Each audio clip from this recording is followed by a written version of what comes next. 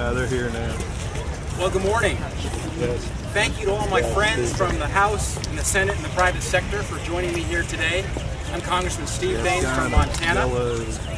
We are here to speak out about why there's nothing fair about the so-called Marketplace Fairness Act. We're here today because this bill would fundamentally change how online purchases are taxed and would impose yet another burden on small businesses across the country. Now, I've spent the last 30 years in the private sector.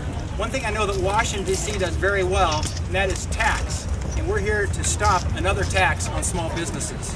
And while we represent the private sector, we represent the House, the Senate, it's important to note that this fight is to protect our small businesses and our state's constitutional rights, which is being fought at all levels.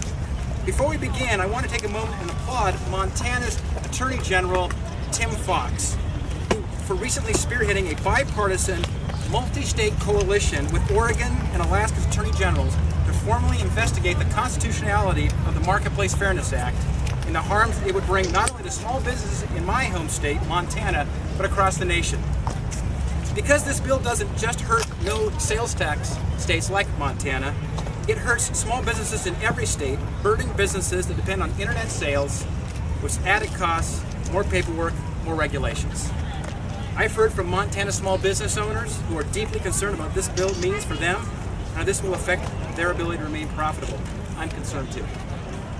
I've spent 30 years in the private sector, and I know that if you are a small business owner and you're now forced to comply with more than 9,000 different tax codes, which, by the way, most small businesses will readily admit is next to impossible for any small business to do, you're not going to be investing in your business, hiring new employees, or growing your product base. We also cannot forget the threat this holds for principles that are the foundation of our nation's tax policy. States must not be allowed to extend their taxation and regulatory authorities beyond their borders.